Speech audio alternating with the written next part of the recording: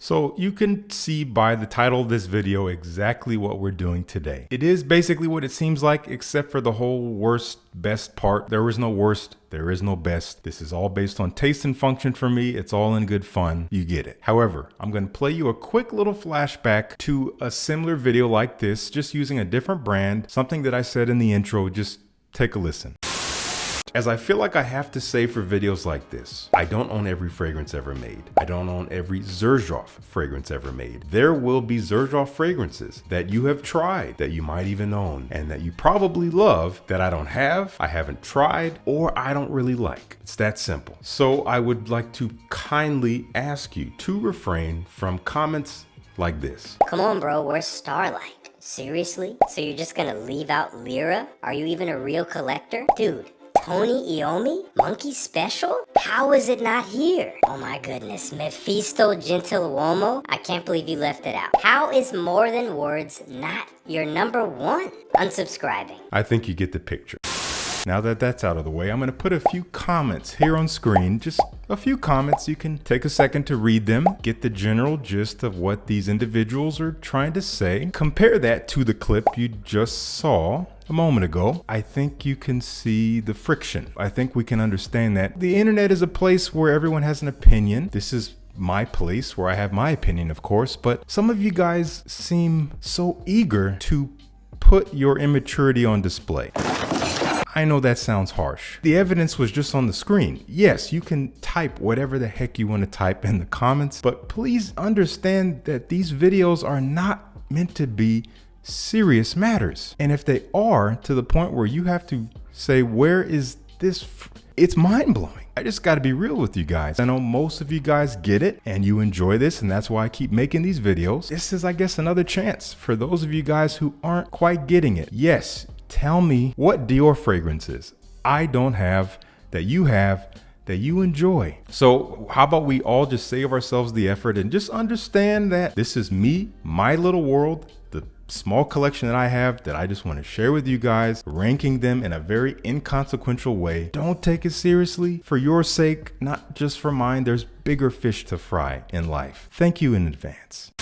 So now that it's clear what we're doing today, let's dive right into it. At the 11th spot here, not a bad fragrance at all. I've come to the maturity enough to say this is not a bad fragrance. It doesn't smell bad. There's nothing about it I dislike. There's just nothing about it I love. And that's why it's here. This is the original Dior Sauvage, the Eau de Toilette. It's kind of legendary, we have to admit, and just in terms of its impact on the industry, on the community, no denying that, indisputable. However, as a scent, uninspiring, but very functional. Fresh, spicy, metallic, clean smelling, kind of sexy. It's basically a stripped down contemporary aromatic fougere. That's the way I see it. Very boyish, juvenile, but not too much into this super playful direction that I don't like out of many modern fragrances. So I do appreciate Dior Sauvage.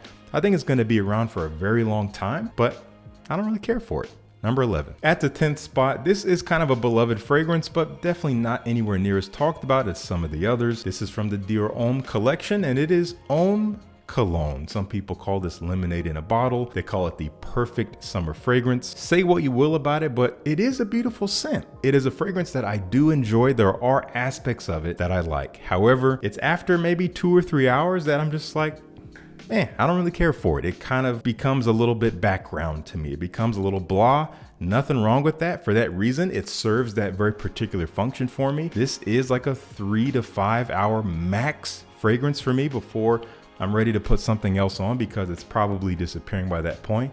But that being said, I like the scent. It's kind of uplifting, bright, almost lemony in a way, but I think it might be bergamot. There's some white florals in here that freshen it up. Smells kind of cold in a way, just very easy. Not a whole lot of dimension, but does have some personality to it.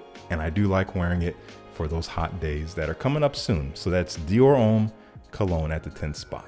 The way I see it, and I think many would see it the same way, objectively, this is a timeless masterpiece. Now, that does not imply that you have to like this fragrance. You not liking it does not change its status. Timeless masterpiece. Came out in 1988. There's a reason why it's still on retail shelves today. Dior Fahrenheit. Now, unless you have an extremely strong scent association with this fragrance in terms of someone in your life who is older than you, or maybe you are older and you remember this from way back when, then yeah, I can see how this might smell dated to you or smell old-fashioned. But I think objectively speaking, most people who come to this fragrance having not smelled it on someone else in the past are not going to smell this and think, this smells like it came out in an earlier time. There's something about this that smells like it could come out any time. It is really that special of a fragrance. It is violet leaf, it's leather, it's a little bit sweet, it's kind of fresh and a little bit dark all at the same time. It's an odd scent, but it works. Many would say that current formulations are not what the old ones used to be.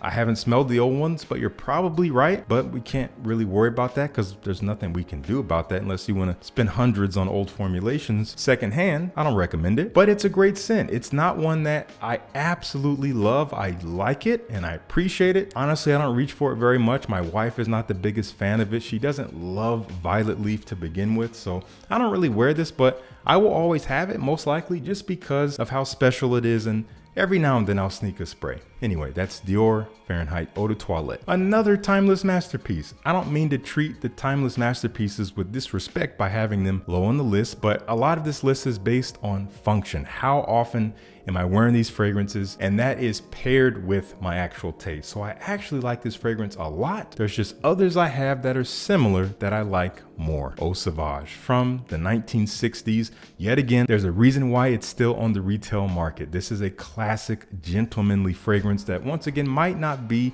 exactly what it was decades ago, but it's okay. It still carries the same classiness to it. This is a beautiful citrus aromatic, rosemary, lemon, maybe bergamot. It is bright, it's citrusy, it's spicy and herbal in a way. There's a nice mossy, woody depth to it. But overall, it's a fairly light scent profile that just smells gentlemanly. It does smell a little bit mature, but honestly still timeless. It's not too much, it's not too stuffy.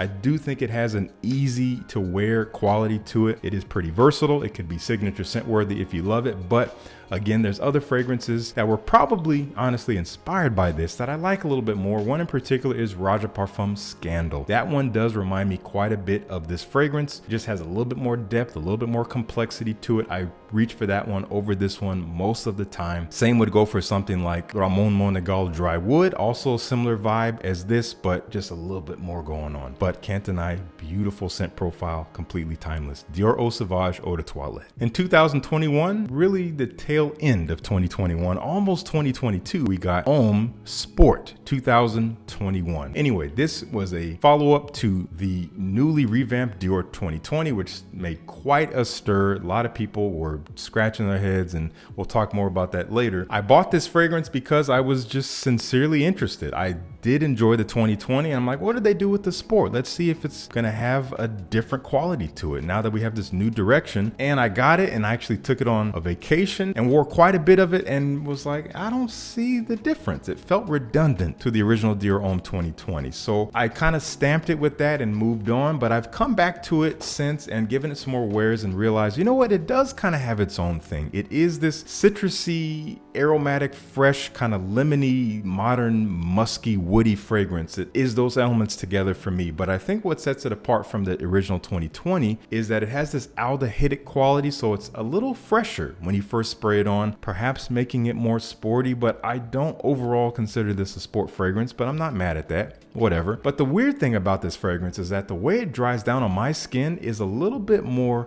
deeper, darker, and even rougher than the 2020, which is not sporty at all. That's just me. I would love to know if you have a similar experience, that there's just a little bit more depth to this than the original. I feel like you could have almost flipped them, aside from the fact that this has the aldehydic fresh quality that the other one doesn't have. But it's nice. It's easy to wear. You can wear for any situation if you love it. I have worn it to the gym. It does just fine if you want to call it sporty. But honestly, I just prefer the 2020 more. Right now, this is where it sits. Dior Homme Sport 2021. 2022. This is also a timeless masterpiece. You may not like it, you might hate this. And I would understand if you did, because when I first tried this, I didn't get it. I basically hated it myself until I came back to it after about a year and realized, oh, this is really special. Dior Homme, the original. Now, this is the 2011 formulation. I got it in 2017, again, a year after trying it for the first time and not loving it. And I'm so glad I got it, because it wasn't long after that it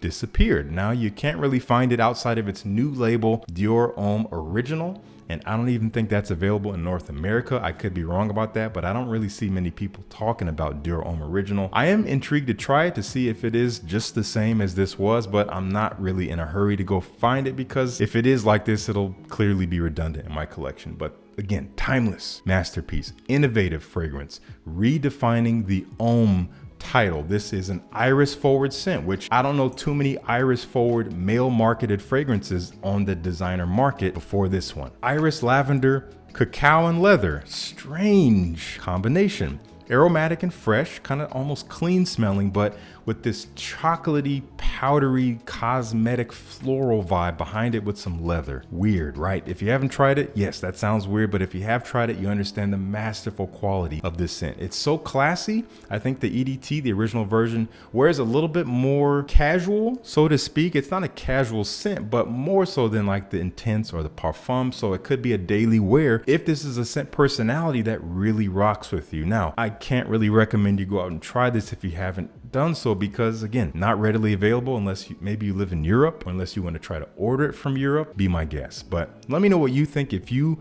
happen to be one of the people who still has the original Dior Homme or has experience with it. Let's talk about it in the comments. A follow-up to one of the previous timeless masterpieces we talked about. Some people might say this is even its own version of timelessness based on the DNA. Eau Sauvage Parfum. This is the 2017 version. It was reformulated in 2017. It originally came out 2012, and there are some differences between the two. It's not exactly the same as it was in 2012, but it's still a similar magic. It's still very much a beefier, more robust, deeper version of the original. Not quite as bright and citrusy, but still overall a fresh scent profile, but using much more woody notes like vetiver, using some elemi resin. In this case, I think the 2012 relied heavily on myrrh, which was this sweeter, darker, richer, but still slightly fresh resinous quality. Here, it's a little bit lighter. Elemi to me comes off a little bit more lemony, a little bit more transparent, but still has some thickness to it. Overall, fresh, gentlemanly, might even be deemed a little bit more mature smelling than the EDT if you haven't tried it. So sample first, I would definitely recommend that. But let me know if you enjoy this one. I don't reach for it a ton. I have to be in the mood for it. But when I do want to wear it, I wear it for these more classy occasions, day or night, but maybe leaning a little bit more towards the evening time. Anyway, Dior Eau Sauvage Parfum. I didn't realize we had crossed the top 5 threshold. This is the number 4 spot. This is a complete improvement, if you're asking me, over its predecessor, kind of the pinnacle version of this DNA. Maybe not quite as versatile, maybe not quite as signature scent worthy. This is Dior Fahrenheit Le Parfum. Again, not quite as fresh and open as the original. So in my opinion, not quite as versatile. I tend to save this more evening, but at the very least, cooler weather. Day or night, cooler weather, not too much warmth here because this is a richer version. This has a booziness, this has more vanilla, it has licorice, still has that violet leaf, fresh ozonic quality to it, but it's much more bottom heavy, again, sweeter, aniseed, kind of mentholic, sweet freshness that licorice can have. Smells so elegant in the air, definitely stronger, definitely leaves a stronger trail, fills the air around you, so you don't need quite as much when you wear this. I feel really grateful to have this bottle. I ended up swapping with a subscriber for this bottle. Really thankful to you, my friend. You know who you are. Anyway, let me know what you think of Fahrenheit Le Parfum if you've tried it. The top 3. Many people call this a masterpiece. Once again, I can totally see that. At the 3rd spot, I'm just going to get it out of the way. Dior Homme Parfum. This is the original version, that 75 milliliter bottle that is hard to find these days. I have not tried the new version. I've heard it's basically the same, so if you can find that, you might be in luck to experience this fragrance in its glory. But takes the original Dior Homme I described earlier and just darkens it. Denser, maybe a little bit more powdery, but also just almost chocolatey in a way. In its darkness, it wears so elegant, it wears very confidently. This is something I like to save to wear for dark colors. I wear black when I wear this fragrance. I wear it only at night, and I don't put on too much. No more than 3 or 4 sprays. That's all I need. It creates this vibe. I love that about this fragrance. I like the way it smells, yes, but I like its vibe more. I like the way it makes me feel when it's around me in the air, which is a different experience than spraying it on paper or on your hand and smelling it up close. That goes for any fragrance. The vibe here is what makes it special. Dior Homme Parfum. Some might call this blasphemy. I just say it's a matter of taste, and taste is indisputable. So if you have problems with this, they are misplaced. Place your energy on your real life problems. This is Dior Homme 2020. And this is a fragrance I tried to hate. When it came out, it caused all that stir, all this ruckus. People were like, what the heck is this Dior? This is not the Homme we know and love. And it's not. And I heard all of that before even trying it. And I was like, Dior, they probably ruined it. It's whack. I guess I'll try it. My friends at Decant X sent me a sample. I put it on my hand. I'm like, I mean, it's pretty good. Yeah. It's good, but it's not Dior Homme. So then I think I ended up wearing it that same day. I saw Grace. This is one of those moments where confirmation bias was definitely a thing. She hugged me and she was like, "You smell incredible." I was like, "Interesting. Noted." So I spent a little bit more time with this fragrance, ended up buying this bottle, and have grown to love it ever since. And for a similar reason as Dior Homme Parfum, as I just described. Not so much just because of the scent. The scent is nice. It's not too different from the Sport that I just described earlier, kind of lemony in a way in its freshness, woody, musky, smells very contemporary, uses these aroma chemicals that fill out the scent that make it smell not the most natural, but the quality is here. It still smells very chic. It smells very Dior. So none of that is really special, but what it is, it's the vibe. When I wear it, I smell it around me, when it's in the air, and I'm just like, I feel like myself. It affects me chemically. I don't have the words to explain it to you because I think it's in the limbic brain, which is the central part of the brain. There's no language there. So sorry I don't have the words, but it just affects me. That's why it's ranked this high. That's the best I got. Dior Homme 2020. And the final fragrance is relatively new. It's one that I also was not expecting to enjoy. I was hoping I would really like it. This was the newest flanker to the Dior Sauvage lineup. It is the Elixir. I filmed an unboxing and first impressions video on this fragrance as soon as it came in. I bought it myself. I was thoroughly surprised by how much I enjoyed it. I was also surprised by how powerful it is. We all know that there's a lot of designer fragrances out there coming out with the name Parfum, Elixir, and they're not really living up to that name in terms of presence. Now, you guys know me. I don't care about performance. I don't need something to be strong in order for it to have value, no matter how much I spent on it. But this over delivers on that, if that's something you look for.